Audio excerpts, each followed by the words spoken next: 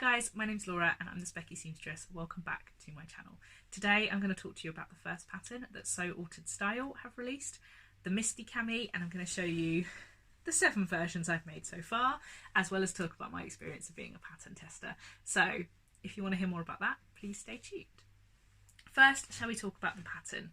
The Misty Cami top comes in 4 views. It's got 2 dresses, 2 tops, and they come in straight straps or cross-backed straps, and there should be a picture here explaining that far better than my words ever will. The pattern comes from size range 0 to 30, and it also has AB cup size front bodice pattern pieces, CD cup front bodice pattern pieces, and also the instructions come with guidance of how to do a full bust adjustment if you would need a further adjustment, which is pretty cool. So it's a reasonably simple sew. You can choose to cut the front bodice pieces and the back pieces on the fold or in 2 with a centre seam down the back or front, and it is a great scrap buster. Seriously, I mean it. I have been saving scrap since I started sewing, and I hear of all of these scrap buster projects that people have, and I've just never been able to make any of my scraps work for anything other than pocket bags or you know, non-garment related things really. So I was quite excited that this is a genuine scrap buster.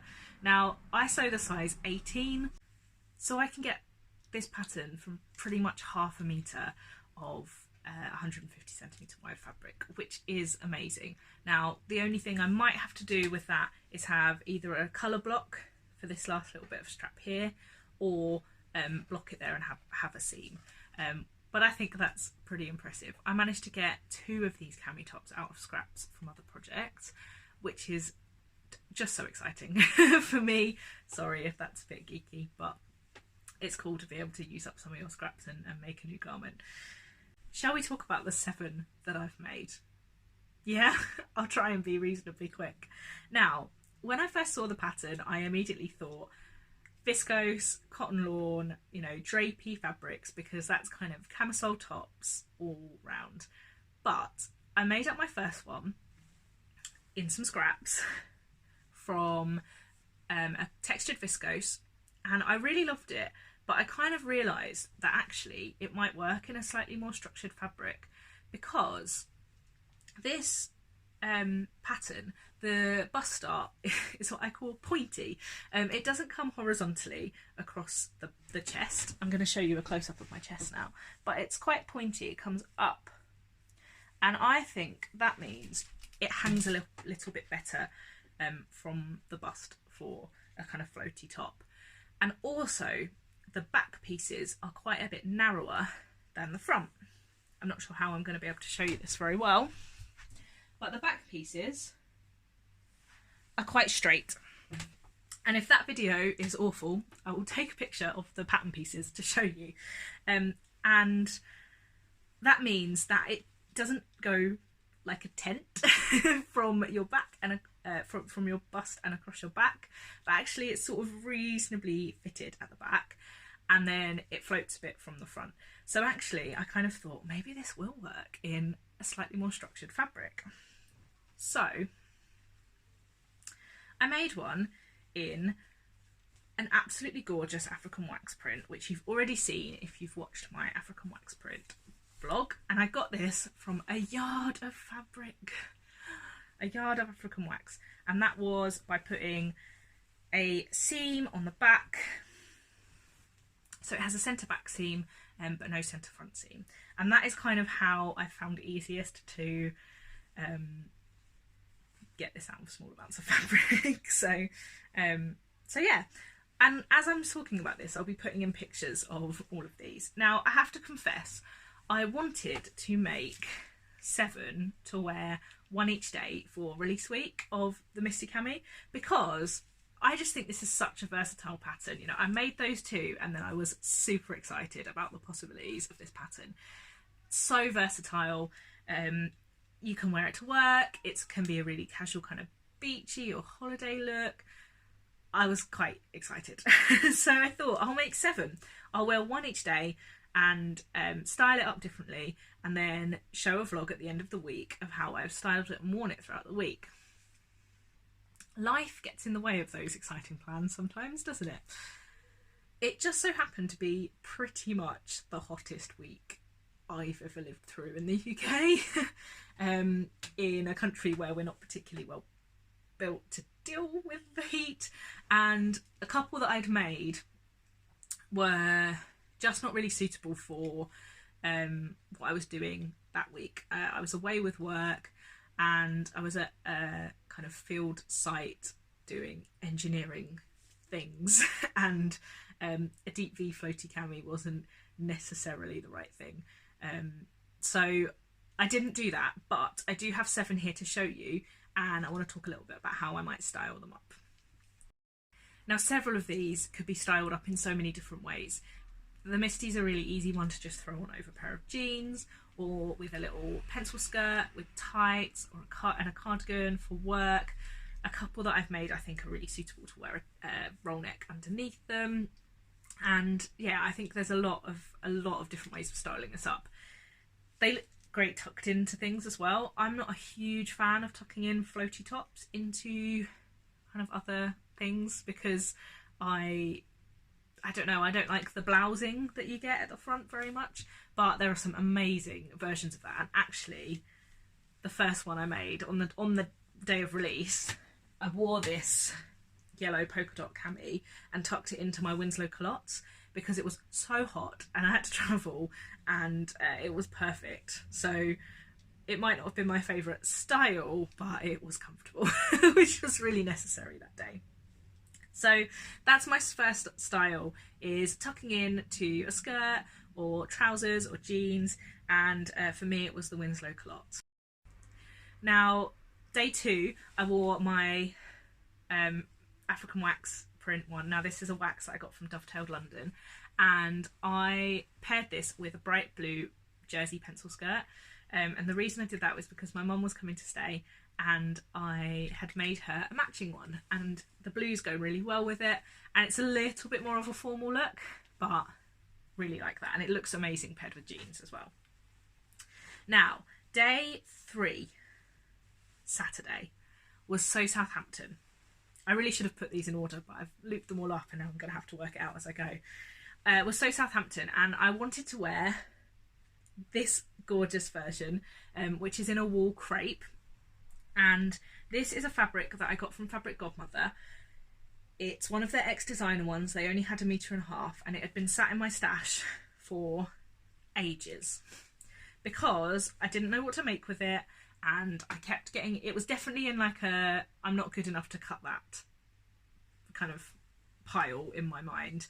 And I decided that I would make a Misty Cami, and I've still got 1 meter of fabric left of this. This only took me 0.5 meter of fabric because it was quite wide, and I absolutely love it. I wore it down to So Southampton. It got lots of compliments. It's really unusual. It's very me. The colour is not one that I would have usually gone for, but actually I decided, with the help of Laura, Sewn and Shown on Instagram, that this colour suits me. So I want more like this. And actually, I've just seen Sew Me Sunshine. Harriet at Sew Me Sunshine has got an amazing ex-designer fabric that's in this colour at the minute, and I want it. And actually, that's probably one of my favourites. That wool crepe has just the right amount of structure, that it's not too floaty, but a nice amount of drape that it's still drapey. Doesn't make any sense, does it? I'll show you the pictures and hopefully you'll see what I mean. It's just got a little bit of structure to it that makes it really, really nice to wear, and I'm so happy with that one. Now, day 4, I was travelling to Scotland with work, and I decided to wear this one. This is one of the first ones I made, and I absolutely love it. I'd already worn it to work already. It's in a polyester, a cheap polyester that's quite silky, that I picked up on the Gold Walk Road, with all of these gorgeous animals all over it. And now, I have been French seaming all of these makes, which has been fine in all of the nice structured fabrics. This polyester was a little bit of a pain to sew, and actually this one's ended up ever so slightly snug because I had to take slightly more in when I was sewing the French seams. But I love this one, and this one's going to get so much wear. So that was day 4. And that's where I ended with the ones for work. But let me show you the 3 others that I made and tell you about them. The first one that I had actually made before I went away, but I just decided it was not work appropriate, is this. And this was a bit of a revelation to me and a bit of a trial run. This is a needle cord, a cotton needle cord, so a baby cord, if you can see. And obviously it has ridiculous parrots all over it. This is from Lubadoo Fabrics, and I love it.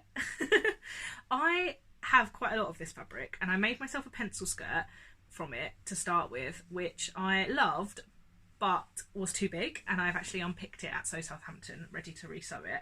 And then I made myself a shift dress, self-drafted. Big old sewing fail that was.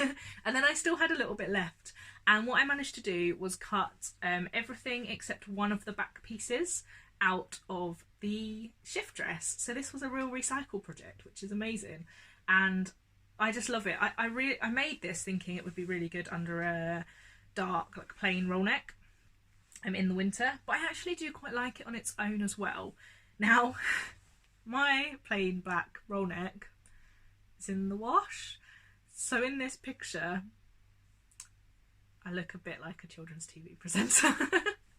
But I think it gives you the impression. But yeah, absolutely love this. The fact this pattern works in everything from a viscose to a needle cord is really, really impressive.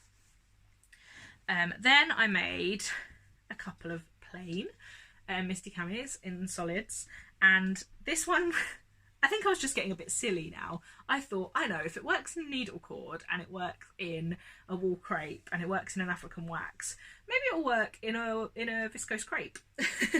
And this is a reasonably heavy crepe, I think, from Satisfaction, in a gorgeous plum. And this was a remnant. It was an 81cm remnant that I picked up in their sale a little while ago. And I always knew it would make a great top for work. And I'm always looking for more work appropriate clothes.